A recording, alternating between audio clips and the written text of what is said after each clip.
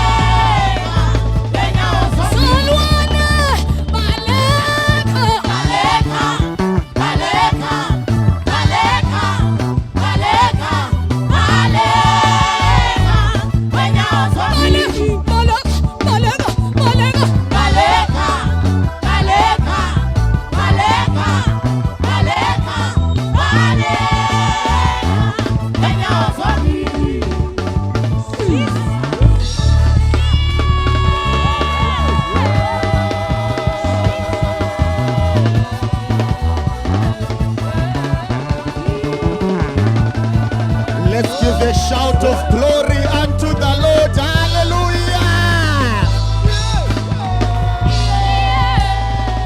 Come on, church, we can do better, we can do better, we can do better. Hallelujah. Okay. At the count of 3, I want you to jump. I want you to ululate. I want you to baleka and praise the Lord. Are you ready? 1, 2, 3. Hallelujah!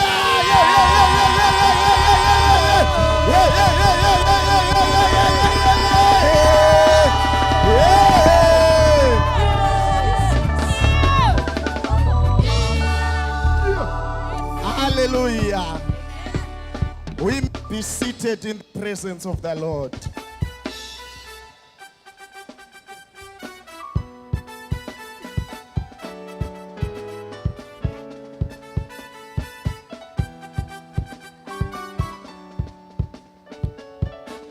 Hallelujah. Hallelujah. Let's put together our hands for our praise and worship team for such a wonderful job. Hallelujah. These people are excellent. Amen. Ndineva notenderana nene rokuti vanhu vanogona ava. Hallelujah. Aiwa Mwari ngakuitire zvakanaka. We are being blessed. Amen. I just want you to look at your neighbor and say hello somebody. Just give them a high five, a high five. Hello somebody. What's up somebody? Hallelujah. In the interest of time, allow me to speak in English. And allow me once again to honor and to acknowledge the chairman, Pamsangano Uno, our father, Bishop Pedro, together with Mama. We love you so much, Van Vampari. May the good Lord keep you safe. Amen. Come on, church, let's welcome our father in the house tonight. Hallelujah. Amen. Allow me once again to honor and to greet Apostle Shumba together with Mom, the secretary, Pamsangano Uno. Hallelujah. We love you so much. Allow me once again to honor and to acknowledge Pastor Raza together with Mama. Ngati batanze maoko tivafarire muzita ra Jesu. Hallelujah. Amen. Tiremekedze zvakare nekufarira Pastor Mashonganyika together with Evangelist. Mwari ngavakuitirei zvakanaka. Hallelujah. Pastor Mkomba Choto pamwechete naamai. Mwari ngavakukomborerei. We acknowledge your presence. Amen. All the way from Stellenbosch. Allow me once again to welcome Pastor Isibanda together with Mom. Tinogamuchirai munhu waMwari. Mwari ngavakuitirei zvakanaka. Hallelujah. Tiremekedze zvakare nekufarira Pastor Mtandwa together with Amai. Amai tiri kuvaona. Regai tikufarirei munhu waMwari muzita ra Jesu. Hallelujah. Tifare zvakare nekuremekedza Pastor Wafa Warova together with Mama. Tinokugamuchirai vanhu vaMwari. Mwari ngakuitirei zvakanaka. Amen. Tiremekedze zvakare nekufara Pastor Gezi all the way from Friedenberg. We welcome you together with Mom. Mwari ngavakuitirei zvakanaka. Amen. Tiremekedze zvakare nekufarira Bishop Mutsinze pamwechete naamai. Tinokugamuchirai munhu waMwari. Mwari ngavakuitirei zvakanaka. Hallelujah. Tifare zvakare nekuremekedza Pastor Justice Linda together with Mom. Tinokudai munhu waMwari. Mwari ngavakuitirei zvakanaka. Hallelujah. Tifarire zvakare nekuremekedza Pastor Chinyerere together with Amai. Mwari ngavakuitirei zvakanaka. Hallelujah. Ndiremekedze zvakare Pastor Vambe together with Amai. May the good Lord continue to bless you. Amen. Tifare zvakare nekuremekedza Pastor Ungwe pamwechete naamai. Mwari vekudenga ngavakuitirei zvakanaka muzita ra Jesu. Hallelujah. Tiremekedze zvakare nekufarira mai mufundisi Mapisa vari pakati pedu. Regai tikufarire munhu waMwari. Mwari ngavakuitirei zvakanaka. Hallelujah.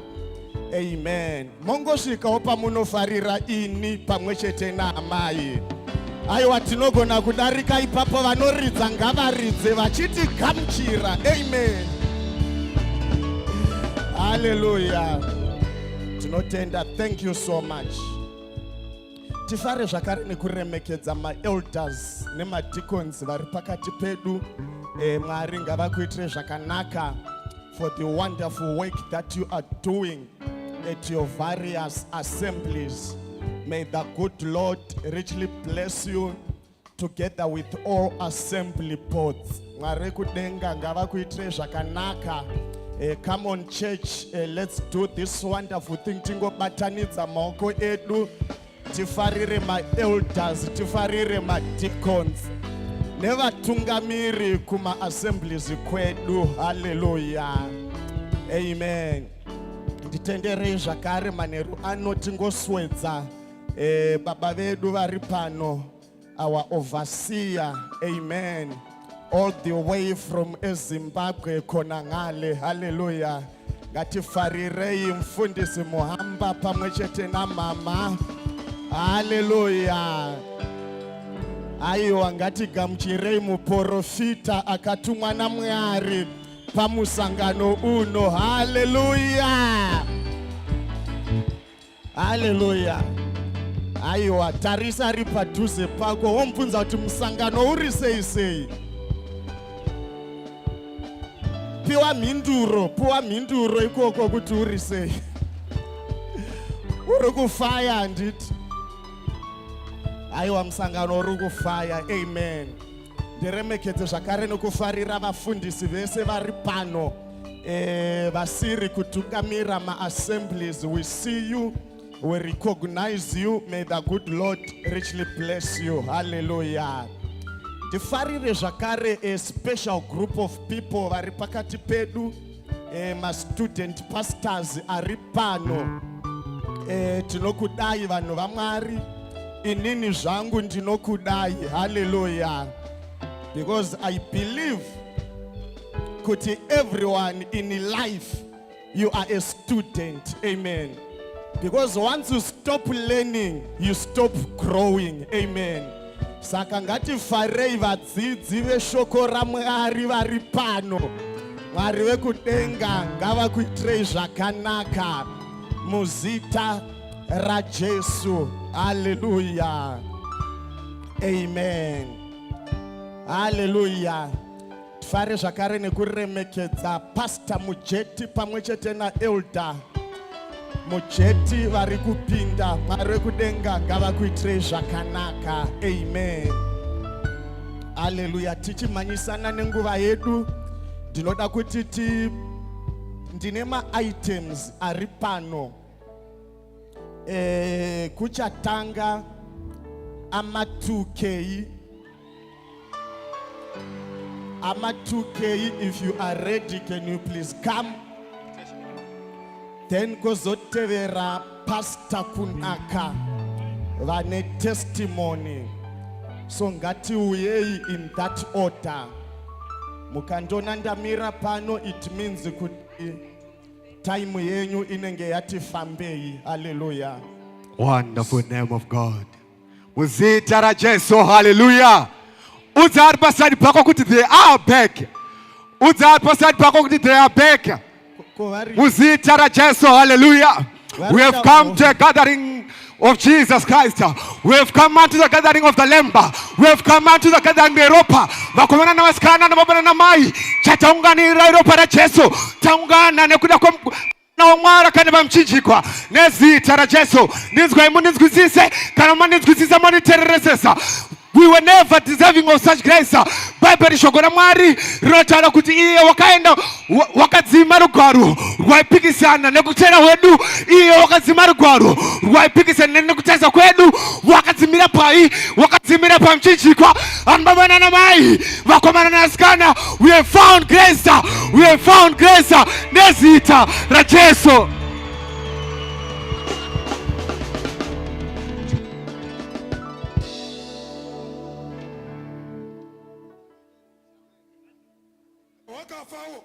Wakafa shikarova, maumati wakafa shikarova, Dagoni wakafa shikarova, Jesu wakafa, Azu wakamuka, Azu wakamuka, Azu wakamuka, Azu wakamuka,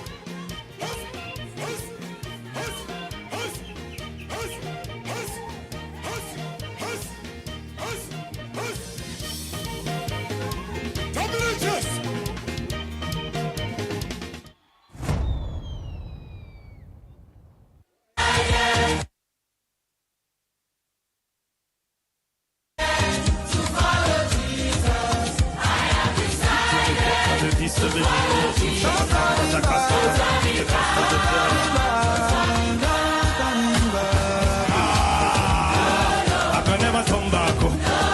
It's already too late. It won't make sense. Where am I going to? It's already already too late.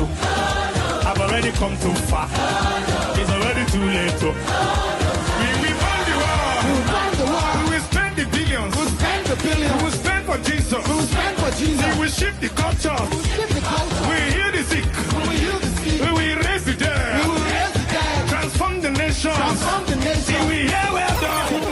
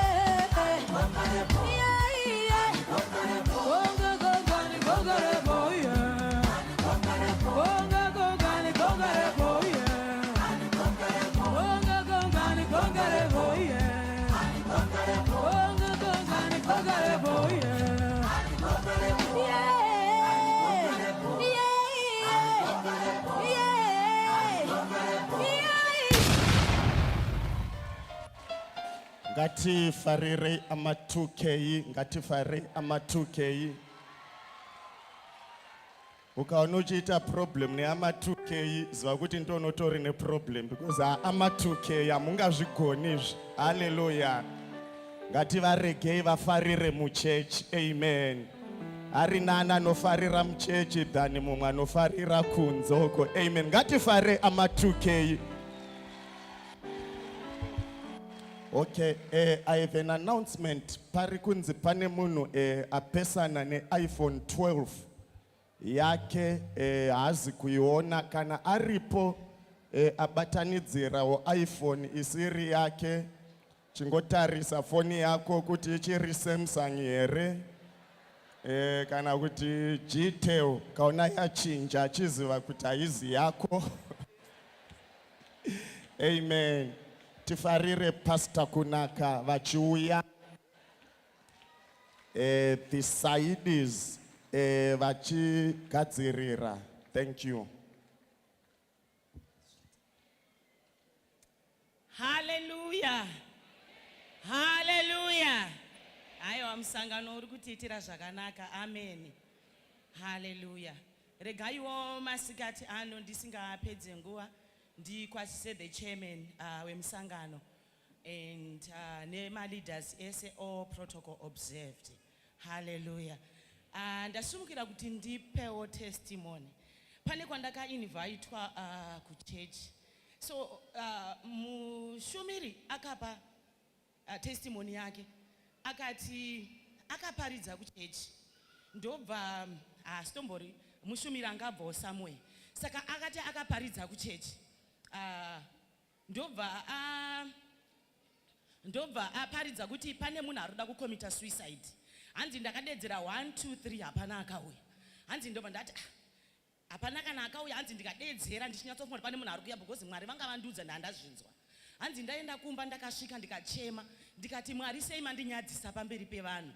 Hanzi ndachema kudaro ndakabva ndatanga kushiringa kuti ndanga ndisati kana ndakapiwa testimony ndikapiwa message naMwari ndichiitaure because hanzi ndanga ndine kunetseka mukati memwoyo wangu kuti sei zvakamboitika pamwe handisi kunzwa Mwari.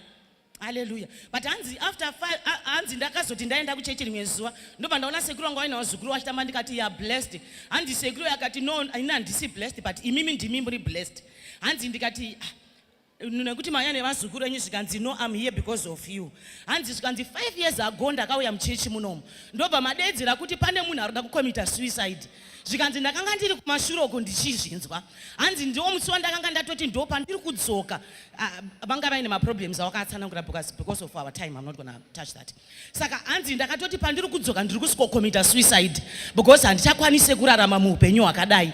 Hanzi saka pamakataura ndiri kuseruko zvanzi ndikati ndiri kurehwa. Hanzi handitombozoni ndakadonha pasi sei ndikanamatirwa nani ndikazoenda kumba. Zvanzi ndakasvika ndiine joy yekuti I could not understand but hanzi ndakazviziva kuti Mwari pane zvavaita. Saka vakati ini hanzi ndakazoti ndasvikawo kumba ndokupfugwa mageni ndekuchitenda Mwari. Amen. Nezvavakanga vaita. So yesterday when Bishop Pedro was preaching ndisu vamwe vanhu vakasindimara nematestimony tinenge tiinawo mukati umu but dzimwe nguva kuti usumuke utaure unenge uchingoti hei panotyisa apa. Amen. Kana kuti unenge uchingoti regai ndinyarara. Saka ndakatotiwo ndiri mumwe wematestimony aitaurwa naBishop Pedro in my life. Amen. Ende nyaya yacho yakareba but I don't want to explain nyaya yakareba nekuti ndakangoiudzawo maindividual ndakwanisa kuiudza handinombokwanisa kuipa pachechi some years back. Bishop Pedro mwana wangu ndaenda kuchechi naye mukomana tichienda kuchechi takasangana nemumwe munhu aitaurawo shona.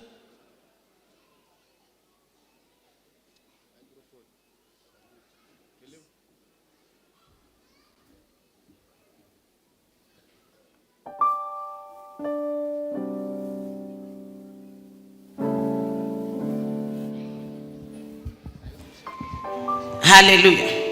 Hallelujah. Saka tichienda kuchechi takasangana nemumwe munhu aitaura Shona mutex. Saka munhu uya akabva ati mama andinzwa mutara Shona ndakaida kutocommita suicide mazuva apera but zvamuri kutaura Shona bva handiexplainirawo nyaya dzake dzakawanda stereka dzakawanda. Saka zvikanzi takanga tasvika muparo taigara kuparo tichienda kuchechi. Saka tasvika pa Grand West zvikanzi if you don't mind munongona kudzika neni tiri kugara paGrand West then kana tapedza tobva taenda tese kuchechi kwenyu. Takati aiwa zvinhu zvatakatumwa kana Mwari izvo ko ndingangomhanya kuchechi ndichitosiya munhu ada kucommita suicide regai tidzike. Ndobva tadzika muteksi miya taenda naye tichingosvika paya yabhati mama chisarai chimirai ndiri kumhanya kunochinja. Akanditumira mumwe munhu akandidistracta ndobva atora mwana wangu mukomana ndobva angomuti mufana come let's go. Ndobva atotora mwana wangu ndobva vaenda. Saka ndikudistractwa naamai avo ndobva ndamira 10 minutes 20 minutes 30 minutes ndiri paya I was starting to be annoyed kuti ko vanhu vakutora time sei. Annoyance yakazotanga kutena into panic 45 minutes 1 hour munhu anodzoka nemwana wangu. Then I started to panic. Mind you munhu ndasangana naye muteksi ndakumhanya kumasecurity kunovaudza nyaya yangu kuti munhu ndasangana naye muteksi vakati anonzani ndikati handizive. Vakati mama unopenga here. For the first time ndakafila stupid pamberi pevanhu kuti ndichivatsanangurire nyaya yaya munongoziva isi kuda kutaura neEnglish amaXhosa kuti ndichivatsanangurire nyaya yaya kuti unyatsokitsanangura zvakanaka.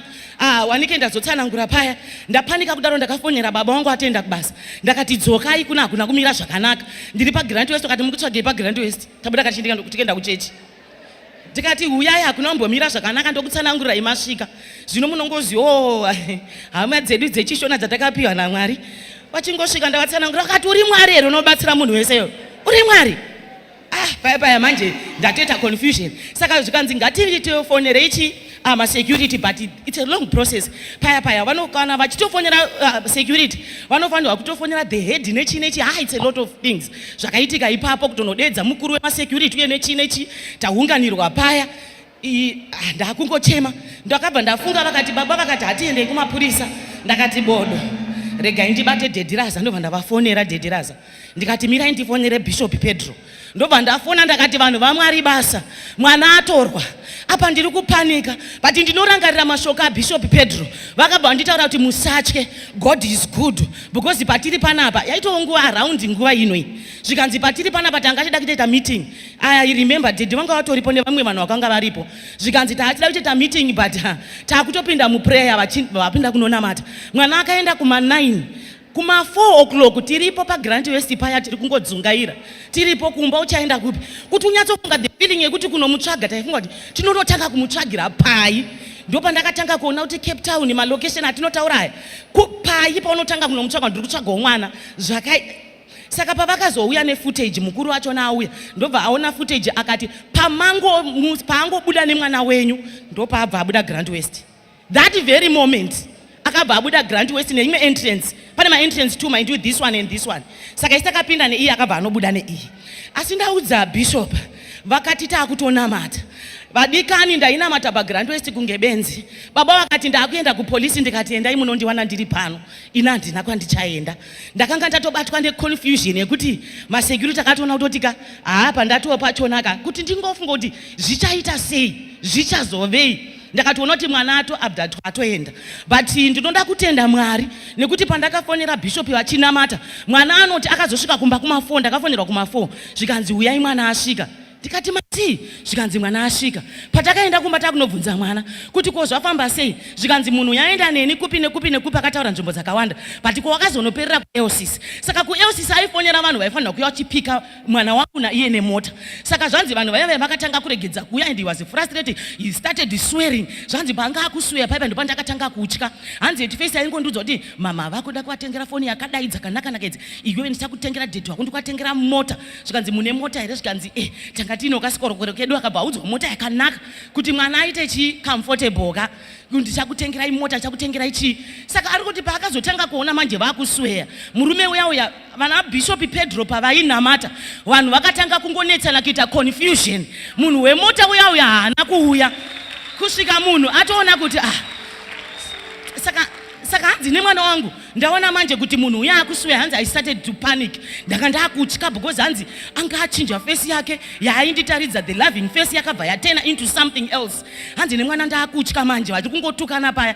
Hanzi ndobva ndakabva ndatarisa bva ndanoti ndiri kupi. Zvanzi ndobva ndangonoti pocho, ndobva ndamhanya. Ndichimhanya paya hanzi bva ndanoona AOC station, bva ndamirira train ichipinda papinda mutrain. Saka paishumira Bishop Pedro ndakangofunga tikati isiso tine mamwe matestimony atakanyarara atisina kutaura ekugona nebasa raMwari, ekugona kwaMwari, ebasa rakabatwa pamuchinjikwa. Ndakaendawo munhu uyu ndichitoti ndiri kuenda naye kunomutaridza kuchechi, but zvakaitika, but Mwari havana kutisiya takadaro. Mwari vakamirira basa ravo. Amen. Mungonditenderawo just 1 minute. Mwari vakatiitira zvakanaka. So mangwanani ano manheru ano ndine mumwe munhu wandiri kuda kungokuridzira. Amen. Pane pakauya futi Bishop Munemo panapa ndobva vadeclare. Chandinoda ngokuridzira mumwe munhu kuti uraise moyo wako. Zvinenge zvichiitika panapa manheru pane service yaiitika zvichida kune mumwe munhu aitotarisa achiti chii chiri kumboitika mudikani. Pane maactivities anenge achiitika in the realms of the spirit. Zvinenge zvichiitika panyika pane zviri kuitika kunyika yemweya. Amen. Pamwe pacho kanzwa moyo wako usiri kuda unyengetedze. Amen. Pane pakauya Bishop Munemo ndobva vati ndoda kunyengetera vanhu uende kumusha kwako ndai tine nzvimbo yekumusha kwedu yainetsa. Saka inini ndiwe ndakamenchena ndakamira by faith. Ndakangoti 3 days after that ndobva ndaona ndanosvika panzvimbo iyaya paine cage muna baba vangu nevamwe vanhu, but ndakabva ndapiwa makey handiona kuti handiziwo ndakapiwa nani. Pandanzi kinura ndo pandakinura, ndo pandabudisa vanhu vakanga varimo vese, but dadhi vangu chete ndivo vakasara. For some reason I don't know why. You know, nongosina simba wakarara usiku zoti chichiri kuitika, but he was left there. Vabuda kudaro munin'ina wangu I think achaiona ndikini ndichamuti commenta pa comment section nyaya ndiri kutaura. Saka munin'ina wangu anogara kuBotswana akabva ati after 3 days ndobva andifonera zvikanzi ndakuona ii muri kunzvimbo yakadai matora makey 3 mukakinura 1 mukakanda pasi, mukakinura imwe mukakanda pasi, mukakinura imwe mukakanda pasi, nzvimbo iyo indozikana nekunetsa. Izvi zvangu izvi haasi kuzviziva zvese zvakaitikawo izvi. Tingasati Mwari vanogona vadikani, Mwari vanogona vadikani. Ndangoda kukurudzirawo mumwe munhu kuti zvinenge zvichiitwa panapa tikadawo kutaurawo matestimony anoitika kuchechi kwedu ayo hatingaapedzi. Haleluya. Ndingabva ndatonzi service yechechi titorai mungotare matestimony but hazvigoni. Amen. Mwari vakatendeka, Mwari vakarurama. Ndichitotenda kuti even shoko ranzi hatirambe takadaro tasiyana nevasara kumba. Ndiri kutenda kuti Mwari vakarurama. Unonzwa even Bible richitaura kuna Ezekiel achinji speak, prophesy unto the bones. It took a man of God to prophesy unto the bones. Hallelujah. Tifakire Pastor Kunaka. The Saidis, can you please come?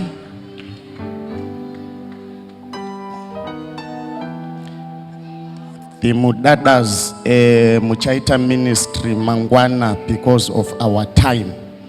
After our pizza, I will leave the time to the secretariat. Vachuanema announcements for tonight.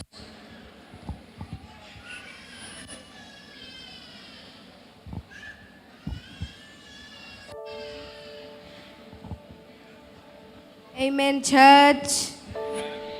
We are the Saidis and we will be worshiping. And if you'd like to join us, that would be very nice. Amen.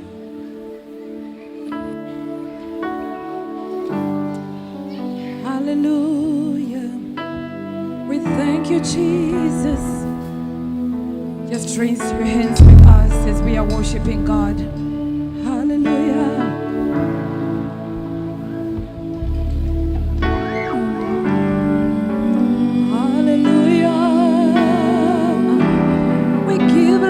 Glory, Lord, we give her all the honor.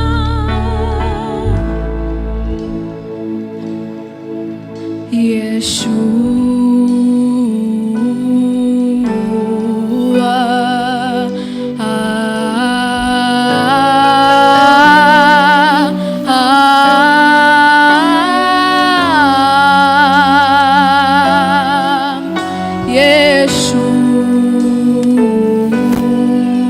Yeshua.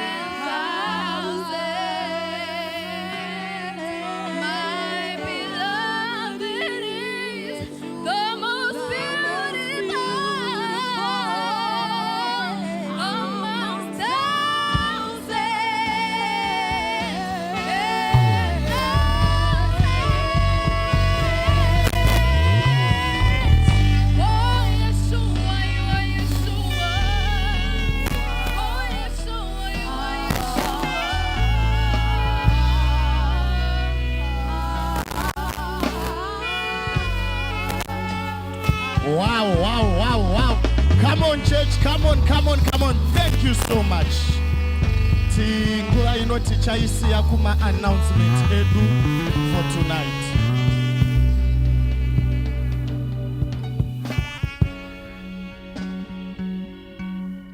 Hallelujah.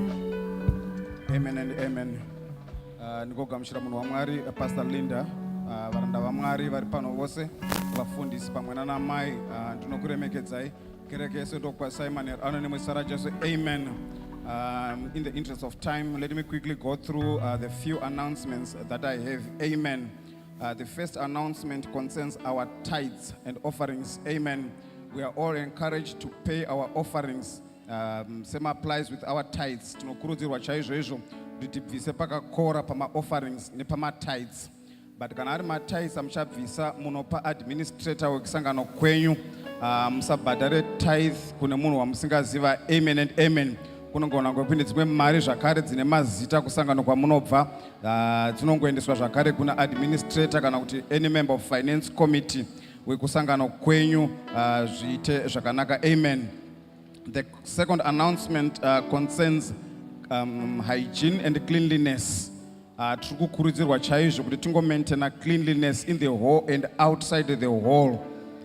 Kana kuri kukapa kuko zvese zvatadyira palunch, angave macontainers efood, sadza, mabhonzo, machips, masweets, ngazviiswe mubhini. Amen.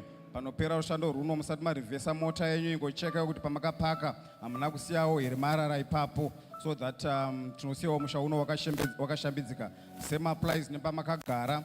Check your children, pakagara vana kuti havasi kuita mess up here kana kukanganisa nzvimbo pavagere. So let's take care of this place both inside and outside. Amen and amen. The next announcement concerns our toilets. Kunogona kuine vamwe vatibata just now. Ma toilets ari kumusoro ndo atiri kuzoshandisa, ari pano pasi, they are reserved for our pastors. Amen. Ma toilets ari pano pasi on my right, they are reserved for our pastors. Everyone else toshandisa ma stairs ari nechekumusoro. The next announcement concerned lost and found property. Panga pachinamatirwa vanhu apa paraudza kuti parasika zvinhu zvakawanda, mawachi, maringi, mabengo, maearrings. Vese varasa zvinhu munoenda kuadministration desk riri kukona uko on my far left, pakanyorwa exit apo ndo pane desk redu reassuring country administration. Ma lost and found properties ese ari kuendeswa ipapo.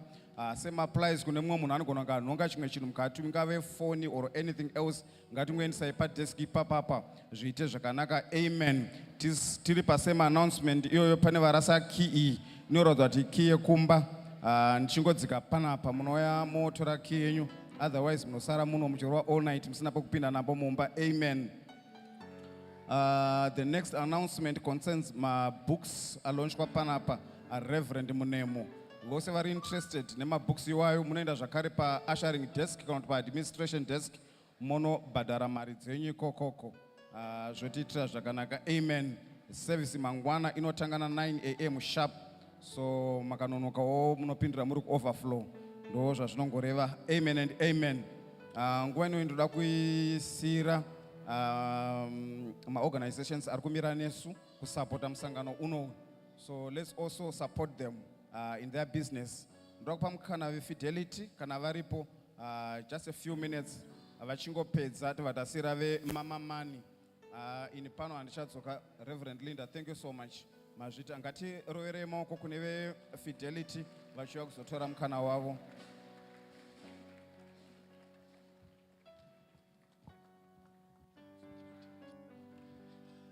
Hallelujah church. Hallelujah church. Tinotenda. Ini ndinonzi Carlton Ngwerume. Ndiri pano ndichirepresenta Fidelity Life Assurance.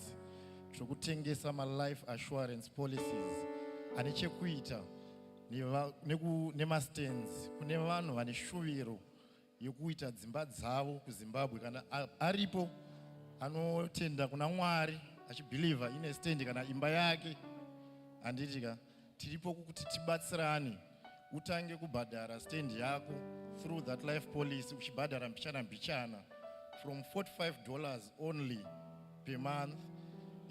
Unogona kubhadhara zvichitofamba nguva ichifamba, and nguva inofamba zvakanyanyisa, nguva inomhanya.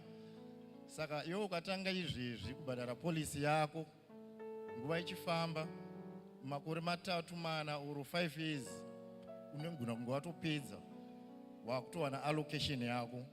Zvizhinji munondoona ndine desk kumashure uku, munouya totsanangurirana more details about that. Aiwa, ndinotenda chose musangano uno uri kunakidza chaizvo. I'm very happy. Madhimoni ari kubhutsurwa, stagnation bhutsu yakaenda uko. Saka zvino Satan zvachinoda ndechekuti kana chabhutsurwa anditika iwe uchibva waita counter attack. Nezuro paitaurwa nezvebhora pano, kana waita counter attack wouya wotora fomu wotoziva kuti chi waane pane imwe level. Kana uchitenda kuna Mwari kuti uri kuda kuti uzovaka imba yako uve nechimwe chinhu, usazvitadzire nekubva pano pamusangano usina kutora fomu. That's the leap of faith. Ndinokutendai chose. Thank you so much.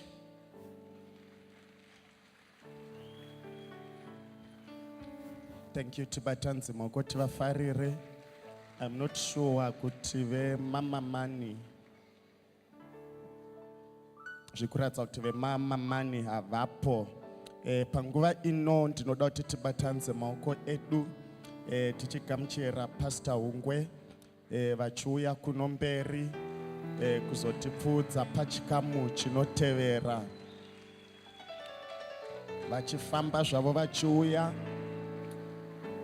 zvikuratidza kuti pane foni zvakare yarasika, Samsung A06. Pane foni yarasika. Saka izvezvi nokuda kwekuti zvinhu zviri kurasika, chingotarisa munhu ari padhuze pako, wonyatsoona kuti paunozosimuka fesi iyoyo waibata kana wazoshaya zvinhu zvako ipapo.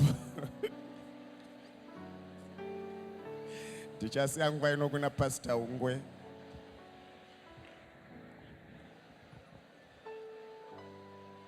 Muzita raJesu, amen. Muzita raJesu, amen. Regedzai nditore mukana uno nditende Reverend Linda nemukana wavandipa. Muzita raJesu, amen. Regedzai ndikwazise chairman womusangano Baba namai mfundisi Pedro. Muzita raJesu, amen. Regai ndichiti all protocol observed. Muzita raJesu, amen. Asi nditendere ndingoto kuna baba vedu, our guest. To God be the glory. We thank you for gracing us. In Jesus' mighty name, amen. Nyaya ndafambira panapa inyaya inorerutswa navanhu. Iyo zvayo isina kureruka. Muzita raJesu, amen. Saka zvichaitika pano ndezvokuti kubatirana kwamuchaita neni ndo kuchanoditemina kukurumidza kubva kwangu pano. Muzita raJesu, amen. Aiwa, ndipe amen yakanaka. Aiwa, zvina Mwari zvandiri kuita. Jesu, amen. Kune chinhu chinonzi favor chandisingadi kukanganwa. Kune inonzi Mega Central, the house of excellence. Yes! Ngasinzika kuti musangano watanga. Zita raJesu, amen. Regai nditi buverenge averenge. Ivhesi 1 musafunga kuti dzinowanda dzinowanzurwa nai. Tiverenge pana 2 Corinthians chapter ya 9. Tora kuverenga pa vhesi ya 6. Muzita raJesu, amen.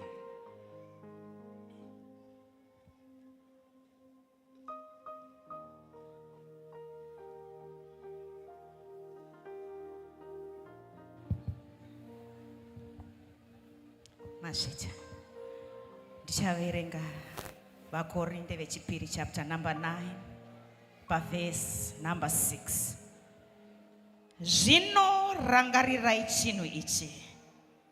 Unodzvara zvishoma, uchachekawo zvishoma. Dzokororai mama. Zvino rangarirai chinhu ichi. Unodzvara zvishoma, uchachekawo zvishoma. Mama tinokutendai. Muzita raJesu, ameni. Ndafarira shona yataura yati, zvino rangarirai chinhu ichi. Pane chinonzi emphasis ipapo. Muzita raJesu, ameni. Zvino. Saka ndira kuti mumwe munhu arangarire zvino kuti nyanda kuda kuti nditaure pano yanzi unodyara zvizhinji, unokohochi zvizhinji, anodyara zvishoma anokohwa zvishoma. Muzita raJesu, ameni. Saka nguva yatiri panapa yatakaungana pamusangano uno, ndoda kuti umwe munhu atore a certain understanding yokuti chinonokupa kupa nokupatina nemusangano uno chinhu chimwe chete, ende nechingazokukonzera kunyima futi chinhu chimwe chete, chimboti trust issues. Muzita raJesu, ameni. Imboti chi trust issues. Hama dzangu ndoda kutaura zvishoma 5 minutes akawanza ndendapedza. Regai nditaure chinhu ichi. Nyanda mirira pano yandati diki diki asi yakakosha. Ndekuti padzine shoko raMwari ichi zvinhu ngazvizikanwe kuti the rate at which you sow is the rate at which you harvest. Muzita raJesu, ameni. Saka munoona kuti chiri kuitika ndechekuti kana munhu achibata chinhu chinonzi seed. Indakakurira kubusha. Taiti pataikohwa chibage, wainzwa madhara achiti uri kuona saizi haisi yembeu. Aiwa ndipe ameni yakanaka. Izvozvi ndichidaiso ndiri kuda munhu ari sensitive to the things of the spirit. Wakutotanga kuketa izvozvi 10 rand wakutoona kuti it's not for a seed. Muzita raJesu, amen. Wakutomuruoko gwako ngakuchitoketa kuzva kuti pauri kuwitsa ndati trust issues nai. Vaiziva chinhu chimwe chete kuti havagoni kutrusta next generation yekudya kwavo nezvibagwe zvakaondoroka. Muzita raJesu, ameni. Saka wagoni kusekiwa kudzidza kwevana nekuvaka kwaurida kuita uchinodyara ne10 rand. Aiwa ndipe ameni yakanaka. Saka chauri kudyara kwandino chaunodi ndo chaunokohwa.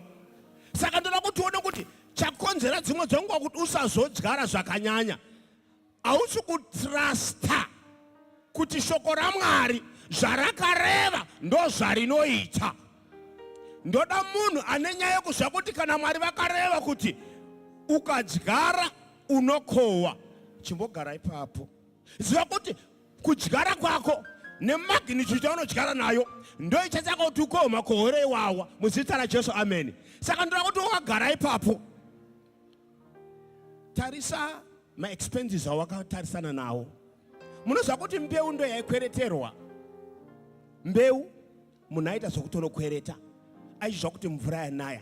Panapa pari kunaya mvura yenyasha dziri pano. Maparidzigwe emagnitude, aiwa pane vandinzwa, mazvita zvenyu pane vandinzwa. Maparidzigwe ari kuitwa pano rine kwarinokusvitsa shoko irori. Muzita raJesu, amen. Saka pauri kuita partner nemusangano, kudyara kwauri kuita uri kureceive the word uchiita secure your future. Muzita raJesu, amen. Zvinoita munhu anonzwisisa ndakutopedza. Look at murume anonzi Abraham. Ukaverenga pana Genesis chapter 17. Ndo paari kuvimbiswa kunzi you are going to be a father of nations. Nega ndi 17 iyo. Ndokubva Mwari vaita nyasha pa 22 akazvara pakatapa. Pana 22 ndo pakunzi mwana wacho mumwe chete anonzi Isaac ndi Genesis akunzi chiuya naye kugomo umubayire.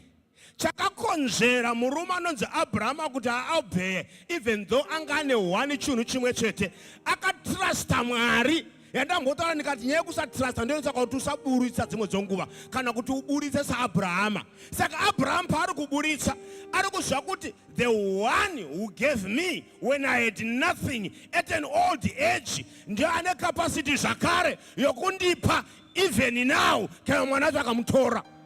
Saka ndira munhu anoziva kuti paari kupa ari kuzva kuti Mwari akambokupa ane capacity yokuwedzera zvakatsikirirwa. Ndatopedza.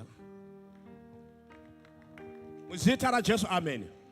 Mabaskets edu achiuya. Pakubvisa, let's not forget. Indine privilege ndakabata hangu cash. Kune vamwe vanoda zveelectronica. Pokuswipa paripo. Vari kubheki nai.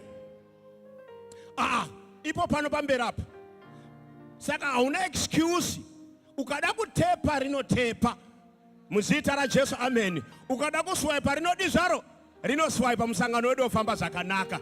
Vamabhasiketi vachiuya. Ndada kuti vari kubheki uko naika. Vari kubheki uko. Pamuno musatendera bhasiketi redu kuti rifambe richienda uko nekokoko. Mari ngadzidizva. Ngadzireka kuti papate congestion kubheki kokoko. Naika. Ngavasumuke vachinopa kwamuri kokoko. Zvobva zvaita zvakanaka. Vari panapa apa touya zvedu kumberi. Zvobva zvatitira zvakanaka. Zita raJesu richikudzwa. Ngati itei tichizva kuti we are trusting God for much. Muzita raJesu, amen. Kune ndiri kutsvaga vanoti Mwari havarevi nhema. Zvavakataura ndo zvavanoita. As I'm speaking, let us come. Tichidi zvedu, tichipfudza chikamu ichi. Musangano usambopera une chikwereti. Kwandanga ndichiti ku House of Excellence kumega. Tinetsika yekuti tikaita musangano hatibude nechikwereti. Ndipewa amen yakanaka wana mama nana baba uko. Ndo zvatotongoziva naye Bishop. Zvinonakidzei kuti tobva nechikwereti munhu waMwari? Hazvinakidzi.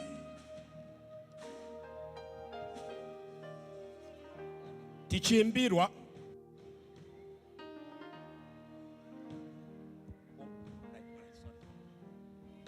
Siyahamba thina siya ezulwini uzosala wena ngomuthandizona. Siyahamba thina siya ezulwini uzosala wena. Siyahamba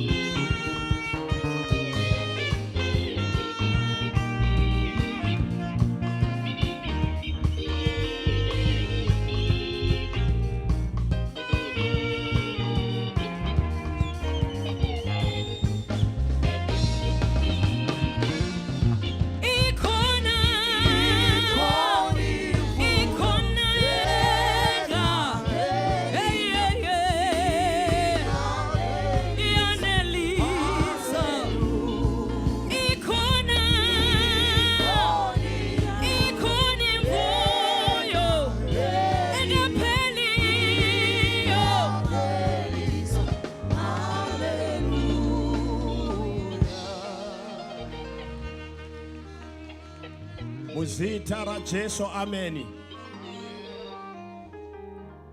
Tapatesere. Muzita ra Jesu, amen. Vananenge vatitapa. Regai ndichi kumbira mfundisi Gezi vazoona mata nekuda kwezvipo zvabviswa muzita ra Jesu, amen. Let's clap hands as he comes forth. Muzita ra Jesu, amen.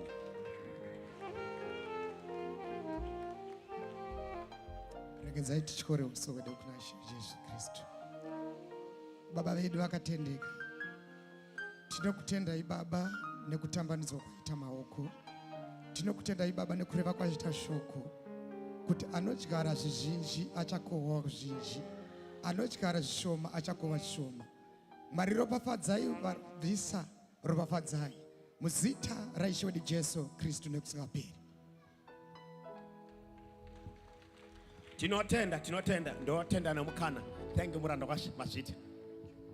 Tibatanidze maoko edu tifarire Pastor Hungwe vachitora nzvimbo yavo. Hallelujah. Amen. Allow me kuti tingokwazisa nekuremekedza mfundisi Sithole pamwe chete naamai vazosvika takwazisa vamwe. Amen. Hallelujah. Panguva ino ndinoda kuti tisvike patinosimuka as we prepare to get into the ministry of the word of God. Hallelujah. Manheru ano ndinoda kuti tibatanidze maoko edu tichifarira baba vedu. Amen. Tichifarira chairman wemusangano uno, vari zvakare baba vangu. Hallelujah. Vari zvakare baba vemhuri yeOasis. Tisvike patinoremekedza Bishop Pedro vachiuya kuzotora mukana uno, ini handichadzoki pano. Hallelujah.